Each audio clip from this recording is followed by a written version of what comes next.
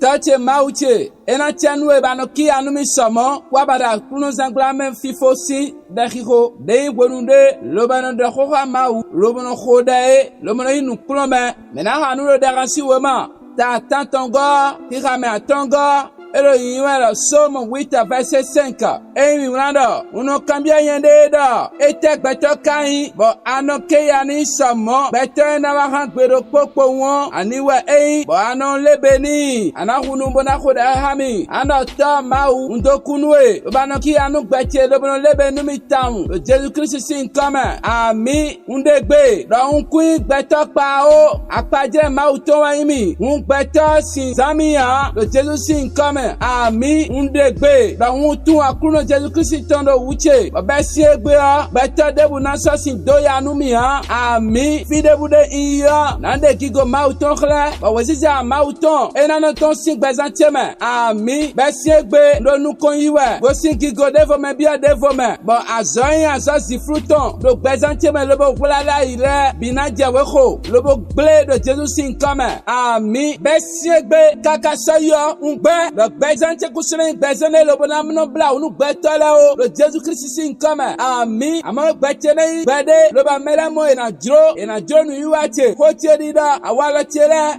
afache didele, do Jésus Christ sin kame, ami, Adam midela ogbeta sin kleme yanya ti fruton debude no kite sakpantami eteno te kwa minde besiegbe azami ton dote do bezanteme do Jésus Christ sin ka hono me mi khodade ami ya nwa po fifa po vi mautonda un ba mi me mi monu kucheme le a e mano yon ponu mi a e ya ndegbe do zoni jamiji do Jésus Christ sin kama ami e ya nwa sanzanti do boy do na saweteme ton le boy dokun saweteme ton le lobo degbe do debude yuve de no kanta si bazangleo undegbe do mi do Jésus Christ sin kama na mi anda akruno de bazantie anoki anagbon akruno nyele suo bia dilo do wensagun sewetemetona ni ba jonomi lo bo wa dagbero bazantie me do Jésus Christ sin kama ami akruno zanglame folo o fifa po dona mauton poni kondo bazami toname fifa